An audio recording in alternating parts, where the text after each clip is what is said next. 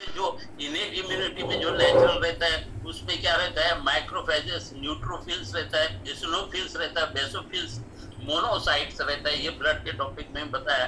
ये क्या करता है हमारे को, जो हमारे को यानी रोकने की, इन इम्यूनिटी को बढ़ाने की या इन फॉरेन बॉडीज को रोकने की कार्य ये करता है।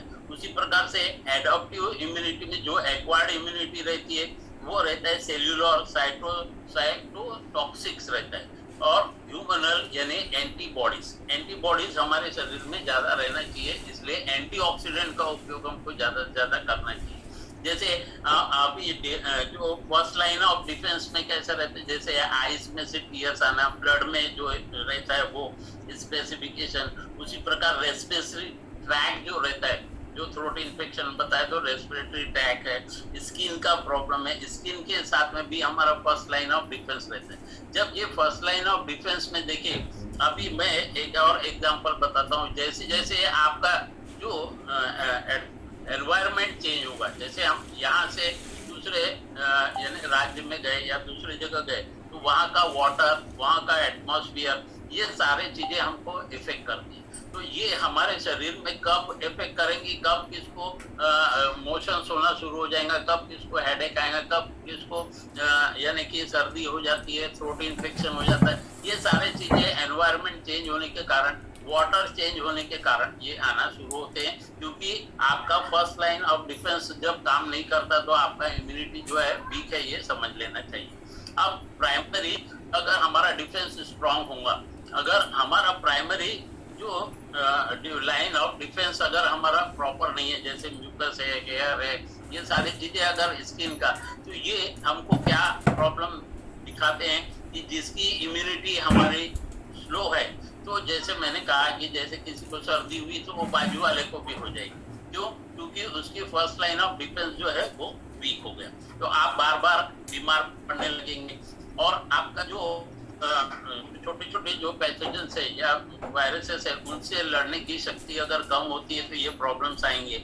उसी प्रकार से आपको जो है कोल्ड का एहसास होगा, कुछ और डिसीजेस आने होंगे, बार बार बीमार पड़ेंगे। और खास करके ये हम देखने में आता है कि कुछ छोटे बच्चे और कुछ मिडिल एज के लोगों को भी ये प्रॉब्लम आना शुरू हो जाता है, क्योंकि उनका इम्यूनिटी पावर वीक रहता है। अब ये क्या इंडिकेशंस बताते हैं, इसमें टेम्परेचर का राइज होना, हमको बार बार बुखार आना, और हमारा जो कोई भी अगर घाव है शरीर में तो उसको भरने के लिए बहुत समय लगाना। उसी प्रकार से बार बार जो है कोल्ड है, फ्लू है, रैशेस है, और इस प्रकार के कई चीजें आने शुरू हो जाते हैं। जब हमारा प्राइमरी जो डिफेंस जो है वो वीक हो रहा है, तो सेकेंडरी जो डिफेंस सिस्टम रहता है यानी इंटरनल ऑर्गन्स, वो भी अगर वीक है तो सेवरल प्रॉब्लम्स आते हैं। और उनको बढ़ाने के लिए हमारा स्ट्रॉन्ग अगर हमारा ये रहा कि सब हमारा इम्यूनिटी अलग अगर बढ़ाना है, तो antibodies like antibacterial, antiviral, anti fungals, ये चीजें आती है। इसमें हमारे को क्या जरूरत रहती है, प्लाज्मा थेरेपी की जरूरत रहती है, या दूसरा जो है वैक्सीनेशन की, जो हमको इन सारे चीजों से बचाता है। जैसे देखिए आपने कई प्रकार के वैक्सीन निकले, जो बॉर्न बेबीज रहते हैं उनको पर्टिकुलर हम जो है वैक्सीन लेने की सलाह देते हैं या डॉक्टर सलाह देते हैं। तो वो क्यों ऐसा सलाह देते हैं? क्योंकि वो उनको प्रोटेक्ट करते हैं, जो फॉरेन बैक्टीरिया है उनको इफेक्ट नहीं होना चाहिए करती।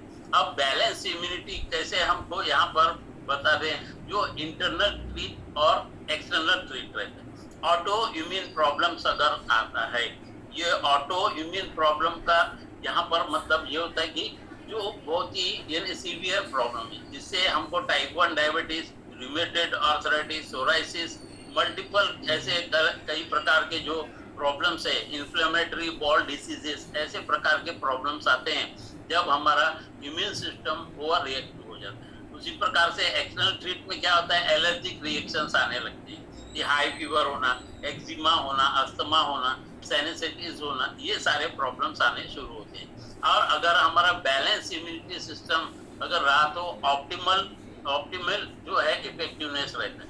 अगर हमारा इम्यूनिटी का जो है अंडर रिएक्शन रहा तो बहुत सारे जो डेंजरस जो बीमारियां हैं लाइक कैंसर है, हेपेटाइटिस है, एचआईवी है, सिंगिंग से, टीबी, इस प्रकार के प्रॉब्लम्स आने शुरू होते हैं। इन्फेक्शन में क्या होता है, वायरस, बैक्टीरिया, फंगल इन्फेक्शन और ये सोराइसिस वगैरह पैरासाइट्स जो है ये प्रॉब्लम्स आने शुरू होते हैं। अब ऑटो इम्यून डिसीजेस आने के कारण क्या होते हैं और ये हमारे किस ऑर्गन्स के रिलेटेड हैं। तो ऑर्गन्स जो है हमारे इम्यून सिस्टम में सर्वप्रथम जो रहता है सबसे ऊपर में, वो हमारा टॉन्सिलाइटिस एंड एडिनोड्स बोलते हैं, यहाँ पर रहता है। दूसरा रहता है हमारा लिम्फ नोड्स और तीसरा है अपेंडिक्स और नेक्स्ट है बोन मैरो और स्पेलिन। ये स्पेलिन जो वर्ड है ये भी मैंने ब्लड के टॉपिक में बताया था, क्योंकि ये व्हाइट ब्लड सेल्स में जो टी सेल्स बैक्टीरिया उसको मारते हैं, तो वो क्या करता है, ये स्पेलिन को दे देता है। स्पेलिन से क्या होता है, वो जमा करके वो एक्सक्रीट करता है हमारे यूरिनेशन और स्टूल के द्वारा। अब इसमें ऑटो इम्यून डिसीजेस कब आता है, कुछ हद तक तो हेरिडिटी रहता है और आपके अगर व्हाइट ब्लड सेल्स जो है वीक है तब होता है। उसी प्रकार से आपका लाइफस्टाइल अगर चेंज है, आज आए दिन हम बार बार जो कहते हैं कि हमारा लाइफस्टाइल चेंज करना, उसका भी मेन जो उद्देश्य होता है वो यही होता है। उसी प्रकार से हमारा जो हार्मोन्स रहता है वो भी इनबैलेंस हो रहा है। इन्वायरमेंटल फैक्टर्स, जो इन्वायरमेंटल फैक्टर्स को तो मैं बताया ना कि हम उसको कम नहीं कर सकते, लेकिन उससे हम बच सकते हैं या हम अपने आप को बचाने की कोशिश कर सकते हैं। रूमेटॉइड आर्थराइटिस है, जो लंग्स के इन्फेक्शन है उससे, ये सारे प्रॉब्लम्स जो है स्किन के, ज्वाइंट प्रॉब्लम्स, ये सारे जो प्रॉब्लम्स आने की मुख्य वजह रहती है वो है हमारा इम्यून सिस्टम। अब हमको ये देख लेना है कि हमारा इम्यून सिस्टम यानी कम है कि ज्यादा है या वीक है। इसको देखने का तरीका, कुछ साइंटिस्ट जो साइंस दिखते हैं, सिम्टम्स दिखते हैं, वो हमको बार बार जैसे सर्दी होना, बुखार आना, ये पहला एक सिम्टम। उसी प्रकार से क्रॉनिक फैटिग रहना, अस्थमा और सीजनल एलर्जिक होना। जैसे देखते हैं कहीं बारिश हुई या बादल आए तो किसी को अस्थमा का प्रॉब्लम हो जाता है, किसी को ज्यादा ठंड लगने रही तो उस समय सर्दी खांसी होने शुरू हो जाता है। उसी प्रकार से इसको, जिसका एक्सरसाइज जो 20% जो कहा गया है दोस्तों, फार्मूले में बहुत सही तरीके से कहा गया है, क्योंकि वो एक्सरसाइज जो है वो नहीं करता, उसकी रिकवरी बहुत ही कम होती है। उसी प्रकार से हमारा जो हाई ब्लड शुगर लेवल बढ़ जाता है, शुगर लेवल बढ़ जाता है। उसी प्रकार से उठने में सुबह और सोने में रात में हमारे को बहुत ही यानी कहने का मतलब जल्दी से नींद नहीं आती और सुबह हम जल्दी से नहीं उठते।